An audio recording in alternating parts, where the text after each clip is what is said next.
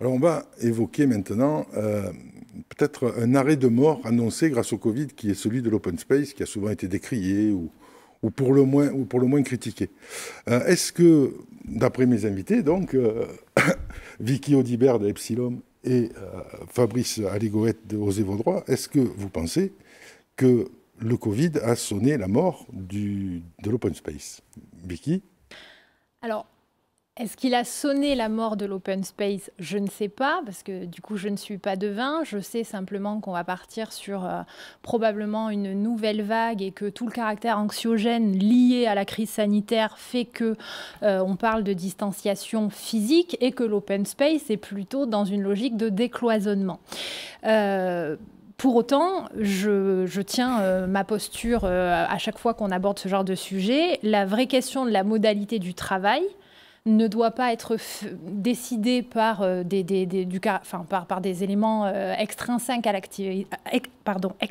l'activité elle-même, mais plutôt vraiment liés au travail en lui-même. Donc, quoi qu'il en soit, même si on part sur un open space diabolisé, il faudra tout de même trouver le moyen de favoriser quand même des méthodes collaboratives après la crise sanitaire.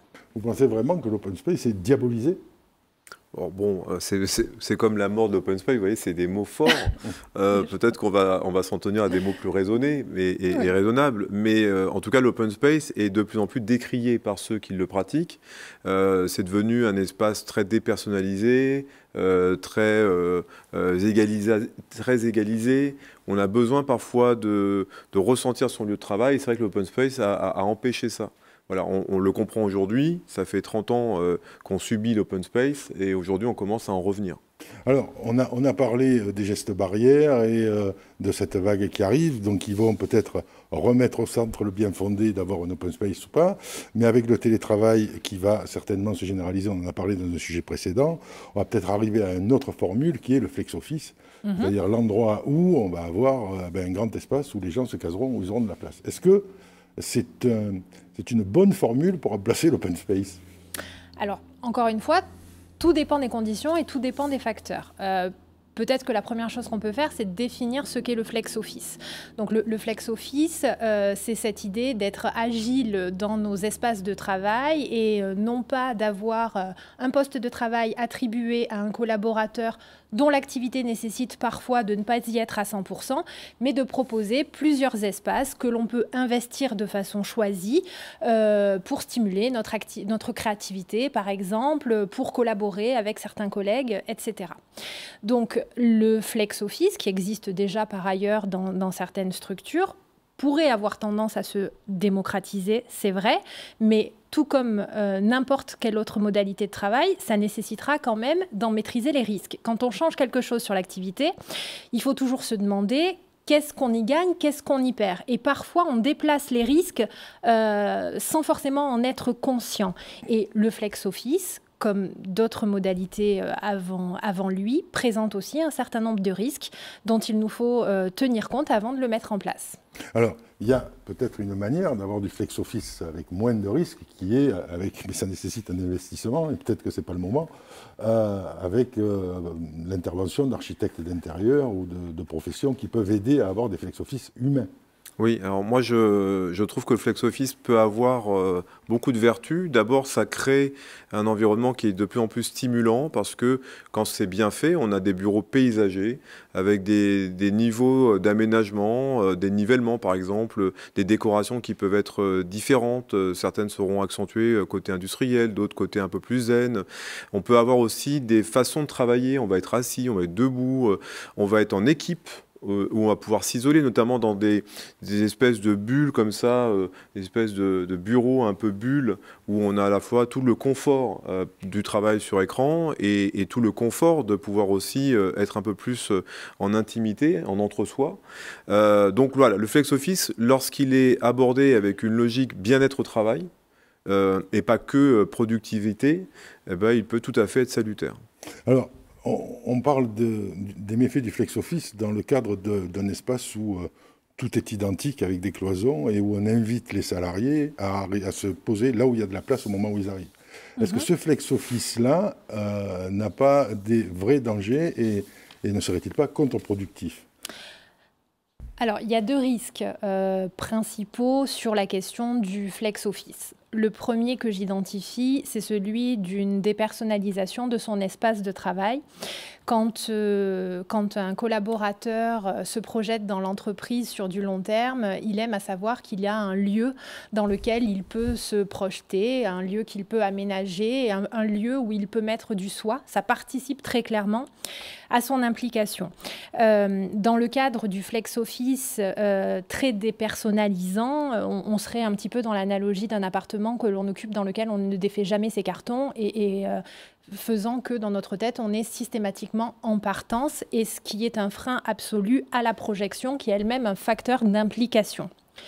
Donc pour ça, on peut tout à fait envisager de fonctionner autrement, avec des casiers quand même dans lesquels les collaborateurs peuvent laisser leurs affaires, laisser un peu de leur personnalité, et ne pas se sentir complètement en transition dans cette entreprise où il se pose, où il ne se pose pas, et finalement avec une distanciation émotionnelle assez manifeste. Mais c'est surtout un inconfort dans lequel on met, comme à l'époque où on déménageait les gens régulièrement dans l'open space pour bien leur expliquer qu'ils n'étaient pas chez eux, qu'il ne fallait pas qu'ils prennent leurs aises, et pour leur mettre une pression en disant que c'était l'entreprise qui commandait. Oui, oui, bien sûr, mais là on revient toujours sur cette question du subi et du choisi qui est primordiale dans la question de la maîtrise des risques psychosociaux. De toute façon, deux choix organisationnels ne seront absolument pas vécus de la même manière, quand bien même il s'agit du même choix, selon que les collaborateurs ont le sentiment de le subir ou de le choisir. Donc ce premier risque de dépersonnalisation, on peut y répondre en proposant effectivement des casiers par exemple. Et pour rebondir sur ce que disait Fabrice, dès lors qu'on veut injecter un budget d'éco, etc., on peut tout à fait en faire aussi un projet d'équipe. Et là, ça devient vecteur d'adhésion, parce que si vous avez participé à l'aménagement, que vous vous êtes projeté sur comment vous voulez, etc., travailler dans quel décor, et que vous avez mis la main à la pâte, eh bien forcément, vous êtes moins à même de rester distancié par la suite. Alors, la relation... Moi, je ferai une petite remarque sur la personnalisation des bureaux. Alors, je vais peut-être m'attirer les fous de beaucoup de gens, mais je fais partie de ceux qui considèrent qu'il faut qu'il y ait une certaine étanchéité entre vie privée et vie professionnelle, et que quand on commence à faire pleuvoir sur son bureau des photos de chez soi, de sa famille, qu'on vient y mettre les petits dessins de ses enfants, des petits cœurs, des cartes postales, etc. D'abord, il y a une anarchie visuelle, une pollution visuelle qui s'organise par ce côté je prends possession des lieux. Et en plus, d'une certaine façon, ça soulève des questions, y compris intrusives, de la part des collègues qui s'interrogent sur qui est l'enfant, qui est le monsieur, qui est la madame, pourquoi tu reçois tes cartes, etc., etc. Donc je trouve qu'il faut quand même qu'il y ait une moindre porosité entre vie privée et professionnelle, que ce soit aussi respectueux de l'intimité des gens. On ne sait jamais comment les gens vont utiliser ces informations, parfois à mauvais escient. Voilà. Et donc, savoir que quand on va au travail, on n'emmène pas forcément sa maison au travail. Voilà. Sa maison, c'est chez soi. Et au travail, c'est au travail. Et d'ailleurs, on a même plaisir de retourner chez soi, puisqu'on n'a pas passé sa vie entre soi dans l'entreprise. Voilà. C'est important, ça. Après, c'est une question de dosage, mais mine de rien, les endroits que je fréquente parfois, on se demande même si on n'a pas déménagé la maison. Oui, clairement, mais là encore, c'est une question de dosage et de positionnement. Il y a un écart entre mettre les photos de sa famille ou avoir la possibilité de laisser quand même son classeur, son dossier, ou ne serait-ce que sa trousse ou son pot à stylo, ceux avec lesquels on aime travailler. Donc encore une fois, tout est une question de mesure, et très clairement, je vous rejoins sur la question de la porosité des sphères qui est préservante sur l'équilibre vie privée, vie professionnelle. Néanmoins, il faut laisser de la latitude quand même aux collaborateurs et la possibilité de pouvoir s'exprimer. Et je vous disais, Jacques, qu'il y a un deuxième risque que j'identifie, c'est celui parfois qu'on anticipe peu avec cette logique de flex office et de ne plus savoir où l'on trouve quel collaborateur, devoir se développer des irritants et du temps perdu parce qu'on est toujours à la recherche de qui et où quand on a besoin de collaborer. Là encore, ce n'est pas une fatalité, il suffit de le faire avec cadrage et peut-être de sectoriser par exemple le flex office ou d'avoir possiblement des jours plus préférentiels sur des temps collaboratifs, ça s'organise. Mais dans tous les cas, le flex office présente effectivement des avantages et évidemment demande la maîtrise de certains risques. Donc il faut envisager la refonte des bureaux puisque la pandémie nous a appris que l'open space ne correspondait pas aux normes Covid, à savoir gestes barrières, etc., etc. Mais il ne faut pas faire n'importe quoi. Alors, je ne vous conseille pas d'appeler Vicky pour faire l'architecte d'intérieur. Elle est plus, elle, sur les conseils pour réussir la philosophie de l'open space. Cela dit, j'aime vraiment beaucoup la déco. Hein.